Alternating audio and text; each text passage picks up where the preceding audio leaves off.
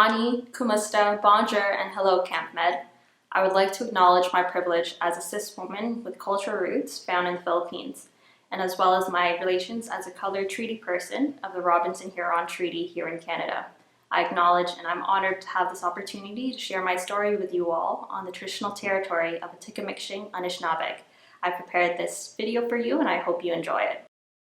My name is Joby Quiambao and I'm a registered dietitian. So some of you may ask, what is a dietitian? It's okay, I didn't know what a dietitian was until I was in grade 11.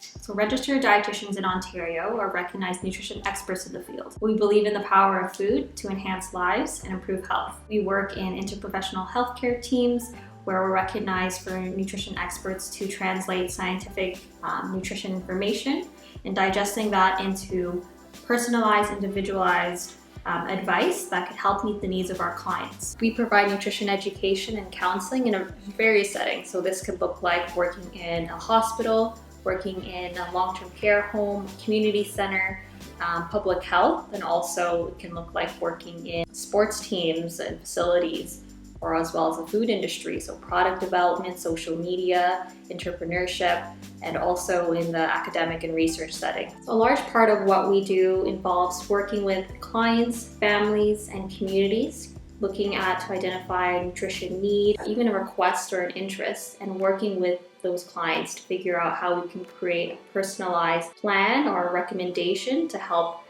prevent, treat, or manage any of those nutrition-related conditions. So this could look like one-to-one counseling. This could look like programming in the community, so developing a program for an interest that was brought up by a community, or even on a larger scale, this could look like creating a policy. That's how I became a dietitian.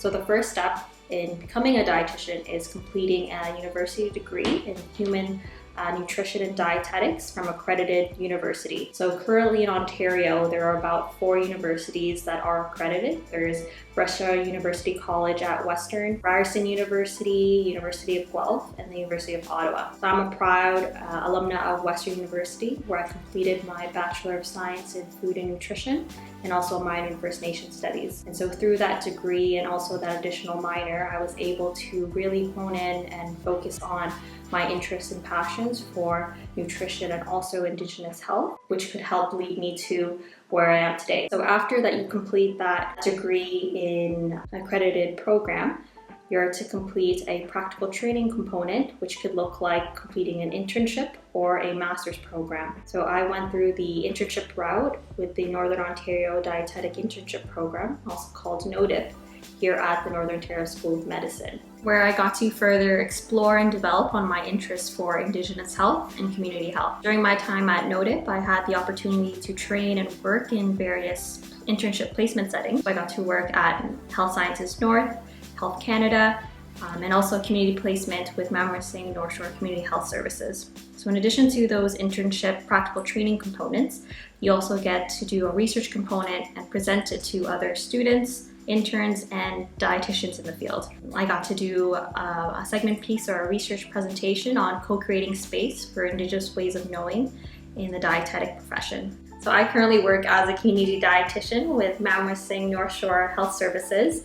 And so as I mentioned earlier, Maamwesying was a community placement that I completed when I was a NODIP intern, and now I'm an employed member with Maamwesying. So as a community dietitian, my role involves conducting medical nutrition therapy, counseling with our clients, and also completing any programming requests from the First Nation communities along the North Shore. However, since the COVID-19 pandemic, majority of my work involves me completing from home and virtually. And so a typical day for me involves starting my day with emails, scheduling my day, participating and engaging in any team meetings, and also, as of course, completing client phone calls or even virtually, and also planning and facilitating any programming with community members to help bring to the communities virtually.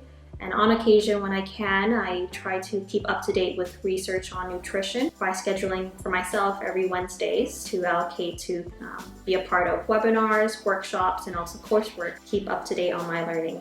Now that I'm working primarily at home as a dietitian, this has brought in the challenge of being present in the communities I work with. So before the pandemic, I would be working in the communities, so driving out to each community on a weekly basis. So with that brought the opportunity of being out in the land and having that ability to engage in conversations with the community members. So now working primarily at home, that barrier of being able to go on the land and to have those conversations in person has been quite the challenge. But also knowing that the community members are being safe and well at home, this motivates me to be more creative in how I could bring that sense of community virtually the best way I can with the clients that I work with. Another challenge I face as a dietitian that is worth sharing with you all is my story as a racialized dietitian. We're in a profession that is mainly dominated by white females and an educational process that is based off Eurocentric colonial ways. Throughout my schooling and internship, it was a challenge going through the process to become a dietitian where there was such a lack of diversity.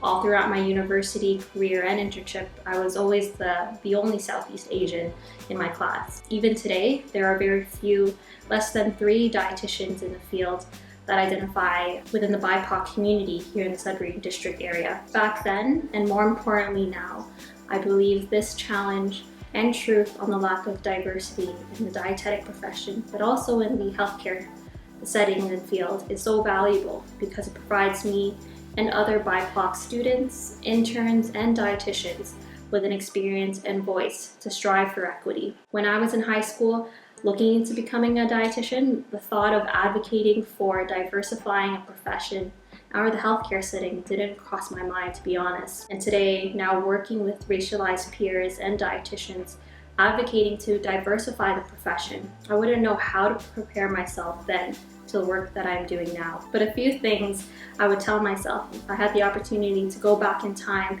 to when I was in high school.